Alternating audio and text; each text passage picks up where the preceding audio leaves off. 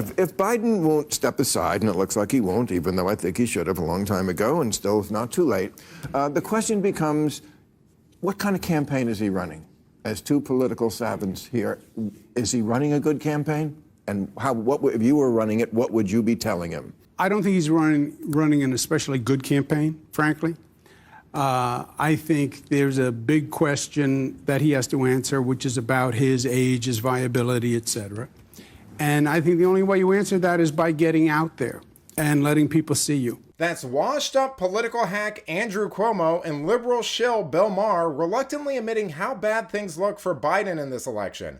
Welcome to Nerk News, I'm Nerkish, and you can almost hear a pin drop during this panel because Maher and Cuomo discuss a lot of uncomfortable truths for diehard Democrats, including something even Fox News has been conflicted about recently, Biden's abysmal poll numbers. 45% of Hispanic voters prefer Biden compared to 39% for Trump. Last time he won, 59%. That was 2020. So he's lost 14 points there. He went to Morehouse. He said, what is democracy if you have to be 10 times better than anyone else to get a fair shot? That seemed like pandering to me. Black voters under 50. He led by 80 points in 2020, now by 37, still a lot, but he's lost 43 points off the key constituency. Student loans. He's forgiven $144 billion in student loans. Only 36% of student debt holders like it. I mean, if you can't win the people you're pandering to, I mean, I get it. Politics is somewhat about pandering. That's not even an insult. You're supposed to do what people want to a certain degree, also be a leader. But if you're not winning these groups, and he's lost 8% off women since 2020, and yet I read in the polls, he pulled ahead this week.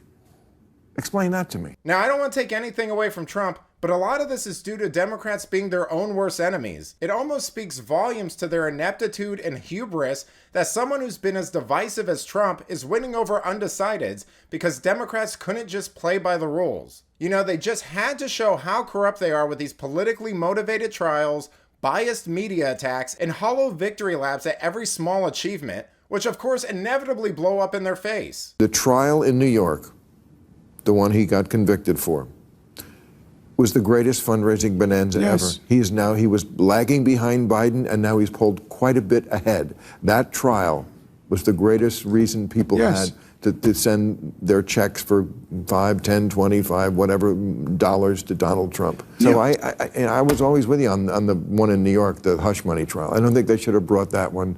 It was just always going to look like a sex case, and people were always just going to look at it that way.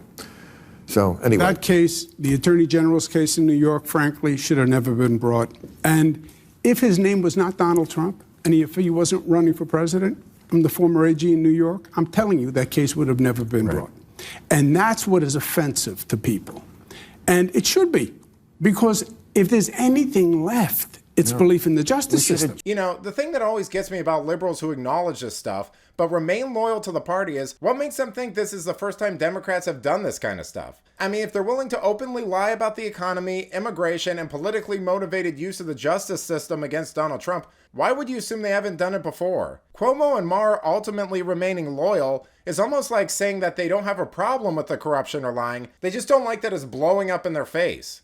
But let me know what you think. Are these issues unique to the Biden administration, or have they been a fixture of the Democrat Party for a long time? Let me know in the comments, and if you enjoyed this video, please give it a like and subscribe to the channel. That stuff really does help us out. Until then, this has been Nerk News. Thanks for watching. Bye!